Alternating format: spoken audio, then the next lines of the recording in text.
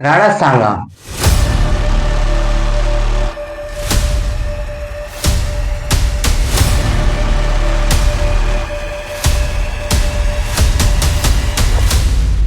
जब राजस्थान की बात आती है तो हमें उन वीर योद्धाओं, उनकी वीर गाथाओं, उन वीरांगनाओं की बात याद आती है जिन्होंने अपने जन्मभूमि के लिए, अपनी मातृभूमि की रक्षा के लिए अपना सर्वस्व न्यौछावर कर दिया। खुद को शत्रु के आगे झोंक दिया, खुद को अग्नि में झोंक दिया। उन्हीं वीर योद्धा में से हम एक ऐसे वीर योद्धा के बारे में हम चर्चा करने वाले हैं जिसने सबसे ज्यादा शत्रु से लड़ाई लड़ी, जिसने सबसे ज्यादा संघर्ष किया, जिसने सबसे ज्यादा लड़ाई लड़ी और अपने शरीर में 80 घाव, एक हाथ, एक पैर और एक आंख गंवा देने पर भी शत्रु का डटकर मुकाबला करने वाला राणा सांगा। राणा सांगा राजस्थान के एक ऐसे शासक हुए हैं, ऐसे योद्धा हुए हैं जिन्होंने इतनी लड़ाइयां लड़ी और उन सारी लड़ाइयों में राणा सांगा विजयी हुए। केवल एक खानवा के युद्ध को छोड़कर जो बाबर से हुआ था, उसे छोड़कर राणा सांगा ने सारे युद्ध जीते थे। राजा बनने से पहले राणा सांगा के सामने काफी चुनौतियां थी। रायमल के 3 पुत्र थे। पहले बड़े पुत्र पृथ्वीराज सिसोदिया, दूसरे जयमल और तीसरे सबसे छोटे पुत्र राणा सांगा थे। पृथ्वीराज सिसोदिया जो थे, सबसे बड़े पुत्र होने के नाते वो खुद राजा बनने चाहते थे, लेकिन रायमल राणा सांगा को राजा बनाना चाहते थे। पृथ्वीराज सिसोदिया और जयमल राणा सांगा से चिढ़ने लगे क्योंकि रायमल राणा सांगा को राजा बनाना चाहता था। राणा सांगा और पृथ्वीराज के बीच में युद्ध होता है।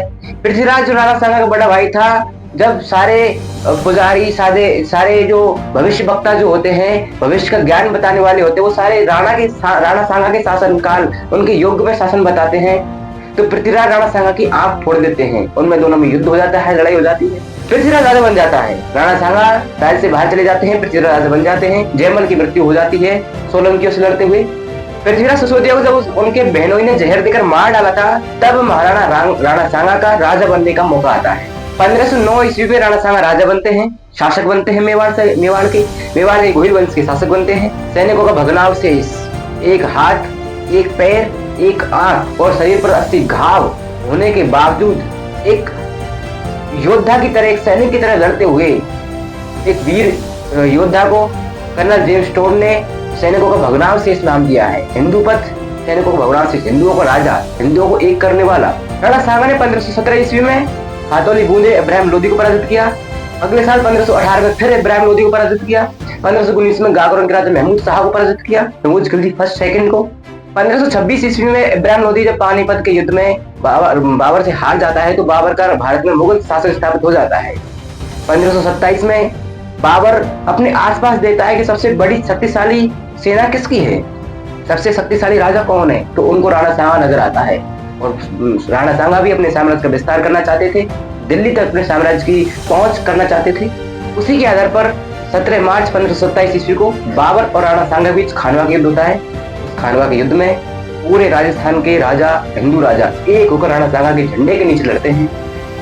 उधर बाबर जो नई टेक्नोलॉजी के हिसाब से तुलगुमा पद्धति, तोपखाने, तोपची, नई नई टेक्नोलॉजी थी बाबर के सामने, बाबर उनका प्रयोग करता है और खानवा के युद्ध बाबर राणा सांगा से जीत जाता है। लेकिन आधे घायल होते हुए राणा सांगा ने उस खानवा के युद्ध में भयंकर मारकाट मचा दी थी। और बीच युद्ध में झाला अज्जा ने राणा सांगा का राज से लेकर और उनको युद्ध भूमि से बाहर जाने के लिए कहा। वहां से राणा सांगा को मध्य प्रदेश के कालपी नामक स्थान पर ले जाया गया और राणा सांगा ने कसम खाई कि जब तक वो बाबर की सेना को पराजित नहीं कर लेगा, तब तक चित्तौड़ के फाटक में प्रवेश नहीं करेगा। लेकिन उनके दोस्तों ने, उनके सगे साथियों ने सोचा कि यार ये वापस युद्ध लड़ेगा, वापस मारेंगे, वापस मारकाट बचेगी। तो उन्होंने, उनके साथियों ने राणा सांगा को जहर दे दिया और उसी के आधार पर बसवा दौसा के निकट राणा सांगा की मृत्यु हो जाती है। सांगा को मांडलगढ़ भीलवाड़ा लाया जाता है, यहाँ पर उनका दाह संस्कार किया जाता है। राणा सांगा ने खुद की चिंता नहीं की, अपने परिवार की चिंता नहीं की, अपने शरीर की चिंता नहीं की, चिंता की तो उस मातृभूमि की जिसे वो हर हाल में अपने जाने नहीं देना चाहती थी। मांडलगढ़ भीलवाड़ा में सांगा की 32 खम्भों की चित्र बनी हुई है। महाराणा सांगा, महाराणा कुंभा, महाराणा प्रताप, ये सारे राजा राजस्थान की उस वीर गाथा को बिना पुकारे, बिना कहे ही बताते हैं।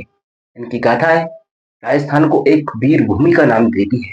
पूरे देश में राजस्थान का नाम, राजस्थान की जब बात आती तो सबसे पहले एक शब्द आता है कि आप योद्धा हो, आप फाइटर हो, आप अपनी जन्मभूमि के लिए, अपनी मातृभूमि के लिए कुछ भी करने के लिए तैयार रहते हो। वो महाराणा सांगा की अनकही बातें जो छुप जाती है किताबों में, वो छुप जाती है अनेक समाचार पत्रों में, टीवी, सोशल मीडिया के ज़माने में, वो सारी बातें छुप जाती है। लेकिन हमें उन वीर योद्धाओं को, उनकी गाथाओं को याद करते हुए, उनसे सीख लेते हुए, उनसे समझ लेते हुए आगे बढ़ना चाहिए। धन्यवाद।